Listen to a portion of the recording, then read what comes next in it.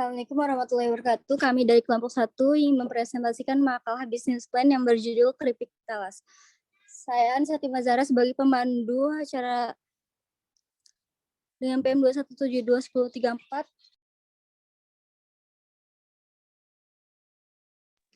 Assalamualaikum warahmatullahi wabarakatuh. Kami dari kelompok 1 ingin mempresentasikan makalah bisnis plan yang berjudul Keripik Talas.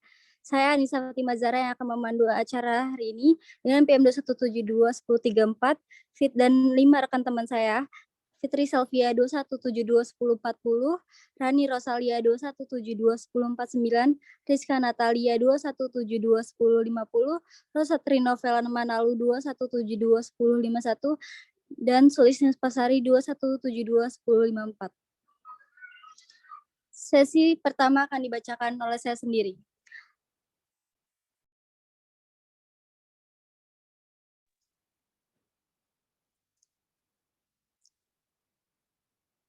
Bisnis makanan merupakan bisnis yang senantiasa bertahan dan terus berkembang seiring dengan meningkatnya kebutuhan kuliner masyarakat. Ada beberapa hal yang membuat bisnis ini terus bertumbuh. Pertama, makanan merupakan suatu kebutuhan masyarakat baik sebagai kebutuhan kuliner atau jajanan maupun kebutuhan pokok. Bisnis makanan memiliki pasaran tersendiri, yaitu pemuda seperti remaja, mahasiswa, dan masyarakat penggemar kuliner. Talas merupakan tumbuhan yang 90% bagiannya dapat dimakan, seperti daun, tangkai daun, pelepah, umbi induk, dan umbi anakan dapat dimakan. Bagian yang tidak dapat dimakan hanyalah akar-akar serabutnya. Manfaat utama umbi talas adalah sebagai bahan pangan sumber karbohidrat. Talas juga dapat diambil tepungnya untuk dipakai sebagai pengganti tepung terigu.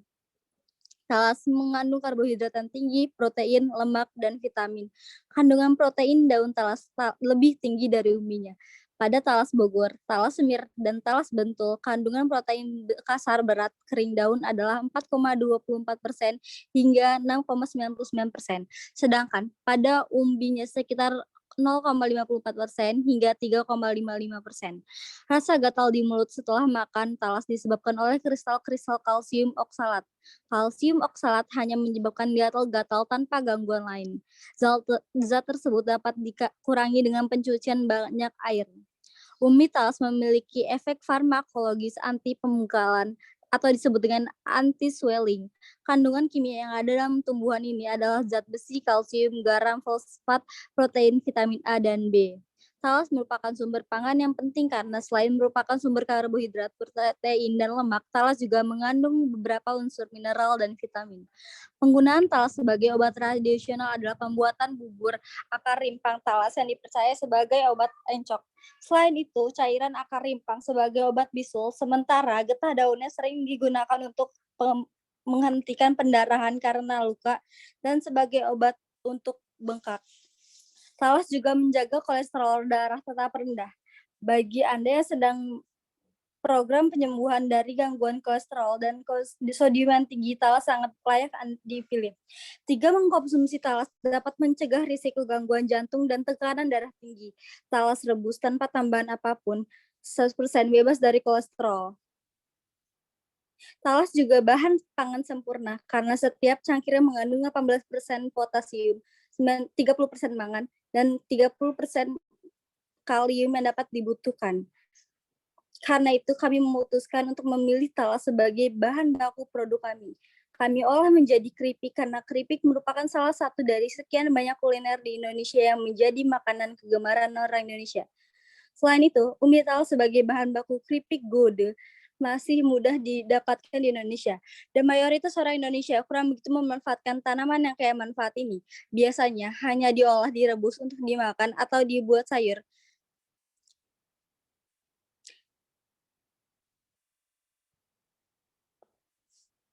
Visi dan misi pada keripik talas adalah meningkatkan nilai jual talas dengan menjadikan keripik talas sebagai salah satu olahan pangan yang layak dikonsumsi oleh setiap kalangan di Indonesia dengan berbagai rasa kegemaran masyarakat Indonesia. Pertama, ada melakukan penyaringan dan pengkualifikasikan bahan baku talas, mendesain kemasan dan tampilan produk menarik, permodalan usaha mandiri, melakukan inovasi-inovasi rasa, dan memasarkan ke seluruh lapisan masyarakat. Sekian pemaparan dari saya. Saya kembalikan ke Fitri Sylvia. Kepada Pak Fitri Sylvia dipersilahkan.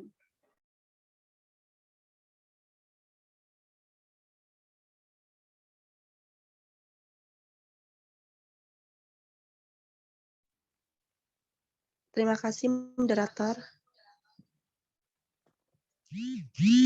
Selanjutnya, pengolahan usaha.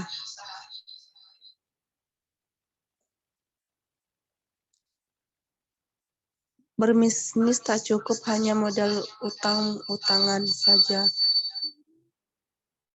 Lebih dari sifat profesionalisme dalam bekerja dan pantang menyerah berusaha.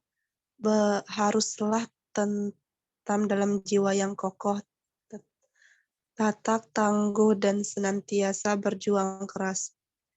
Manajemen usaha adalah proses perencanaan, pengorganisasian, beraksi dengan sungguh-sungguh dan mengontrol kinerja dan cara kerja anggota. Kami membuat olahan pangan dari ubi talas menjadi keripik talas dengan berbagai bahan dan kreasi. Rasa yang kami buat, keripik talas tersebut disukai oleh orang-orang. Pemilihan dan penyiapan bahan baku yang kualitas dan baik. Prosesnya dengan oleh tangan yang telaten dan penuh doa. Meracik bumbu dengan komposisi yang pas dan menjaga kualitas cita rasa sempurna.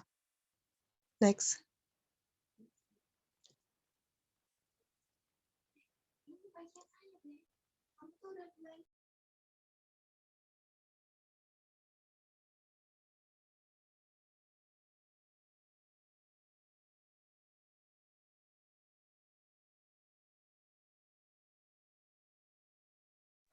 Saya kembalikan kepada moderator.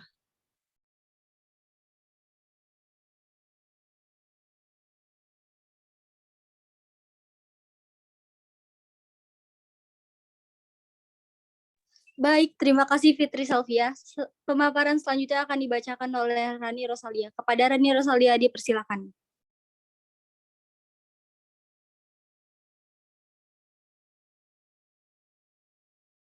Baik, terima kasih moderator. Di sini ada pemasaran produk. Pemasaran itu ujung tombak dari sebuah bisnis atau usaha dan merupakan salah satu kegiatan pokok yang perlu dilakukan oleh perusahaan, baik itu perusahaan barang atau jasa dalam upaya untuk mempertahankan kelangsungan hidup usahanya. Kami memasarkan keripik talas ini di kalangan mahasiswa, teman kantor, tetangga, kantin, dan lain-lain. Segmentasi pasar adalah dari kalangan bawah, menengah hingga atas. Yang kami tekankan dalam produk ini adalah rasa talas yang gurih, empuk, dan lezat. Sasaran produk keripik talas ini adalah semua lapisan masyarakat baik dari kalangan bawah, menengah, sampai atas sebagai alternatif cemilan renyah yang kaya akan manfaat. Penawaran yang kami lakukan adalah pemasaran atau penjualan langsung ke konsumen melalui anggota kelompok dan kami titipkan di kantin sekolah. Untuk pemasaran langsung yang dilakukan oleh kelompok kami, mayoritas menjual ke kerabat dan tetangga terdekat. Dan ada juga yang menjual keripik talas ini ke teman kerja, teman nongkrong, atau teman bisnis. Di kantin, kami titipkan dengan menjual secara partai kepada pemilik kantin. Dan hasilnya memuaskan. Saya kembalikan kepada moderator. Baik, terima kasih Rani Rosalia. Selanjutnya akan dibacakan oleh Rizka Natalia. Kepada Rizka Natalia dipersilakan. Baik, terima kasih moderator. Di sini ada metodologi. Di sini ada alat dan bahan. Yang pertama alat, yaitu meja sortasi, mesin pengiris, bak atau kartel perendaman, peniris, penggiring, pengayak, generator, atau kereta dorong.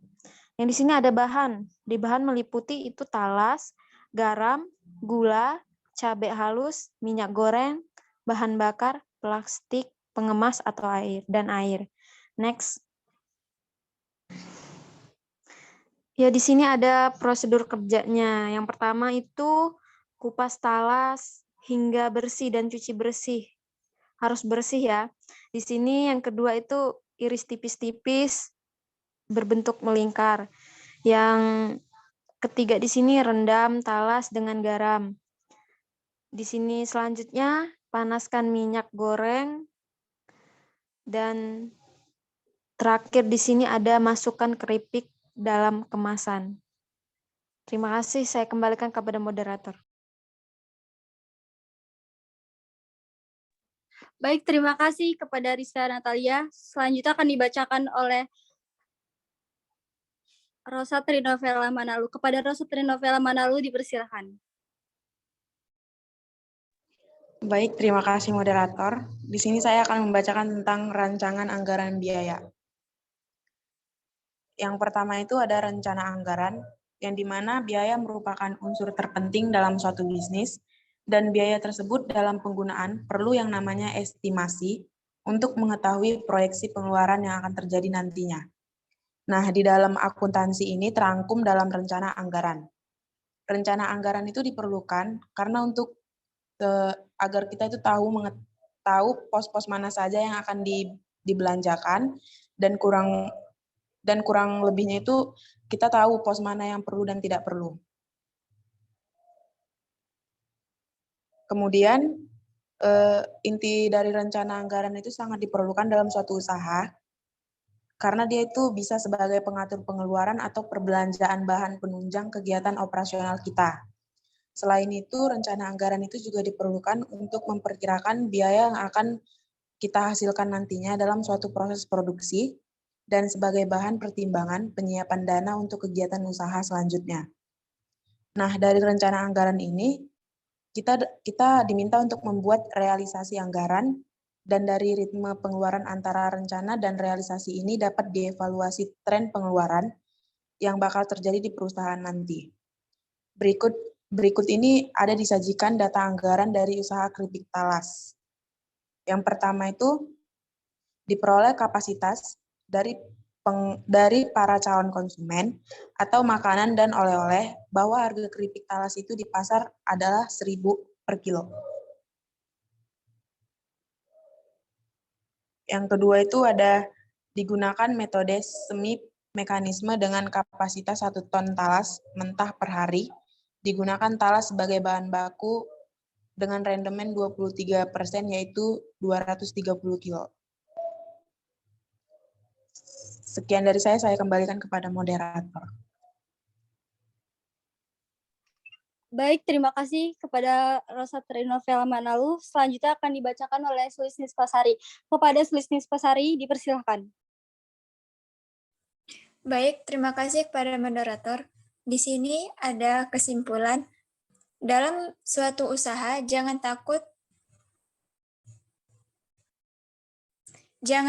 untuk memulai atau mencoba hal baru dalam melangkah. Terus lakukan dan kamu akan menemukan right kehidupan wirausaha yang tepat.